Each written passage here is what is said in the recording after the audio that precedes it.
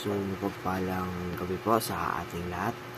Ako po si Aaron Steven R. Aquino and again, welcome po ulit sa ating 365 Daily Devotions with Pastor Russell Ocampo. So, ngayong araw po is magpapatuloy natin ang ating talakayan para sa ating weekly series na may pamagat na 7 Postures of Prayer. Now, para naman po sa ating topic for today na may title na Praying with a Humble Heart. Now, sabi po dito sa 2 Chronicles chapter 7 verse 14, sabi po dito, "If my people who are called by my name will humble themselves and pray and seek my face and turn from their wicked ways, then I will hear from heaven and I will forgive their sin and will heal their land." Or kung sa Tagalog naman po, ngunit kung ang bayang ito na nagtataglay ng angking karangalan ay magpapakumbaba, manalangin, hanapin ako at talikuran ang kanilang kasamaan. Papakinggan ko sila mula sa langit, patatawarin ko sila sa kanilang mga kasalanan at muli kong pasasaganain ang kanilang lupain. And para naman po sa ating para naman po sa ating katuroan ngayong araw first is, we are naturally inclined toward corruption.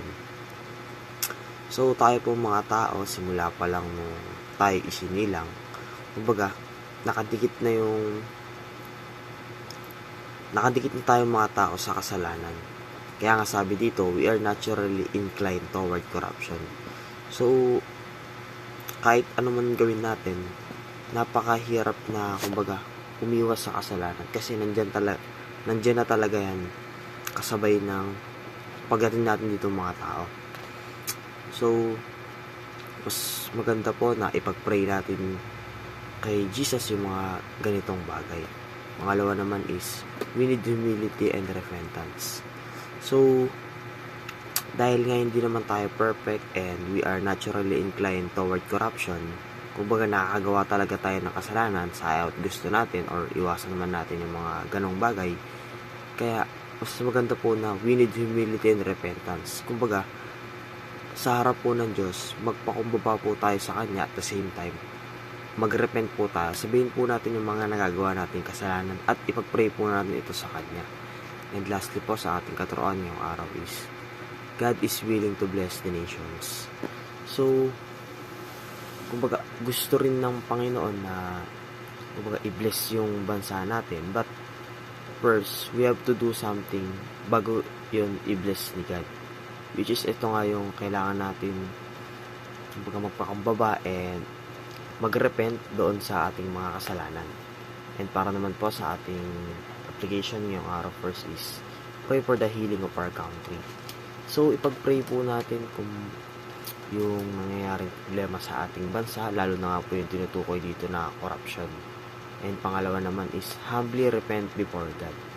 So, ito na nga po yung nabanggit natin kanina na sabihin po natin at aminin po natin sa Diyos yung ating mga kasalanan. Kumbaga, pag nasa harap po tayo ng ating Diyos, maging vulnerable or honest po tayo sa ating mga nagagawang kasalanan.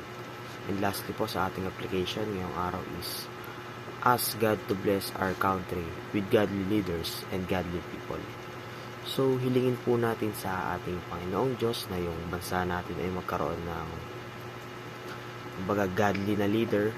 Kumbaga yung leader dapat na magkakaroon sa ating bansa ay dapat nakakilala at may takot sa Diyos. At the same time, ganoon din yung mga taong nasasakupan nito.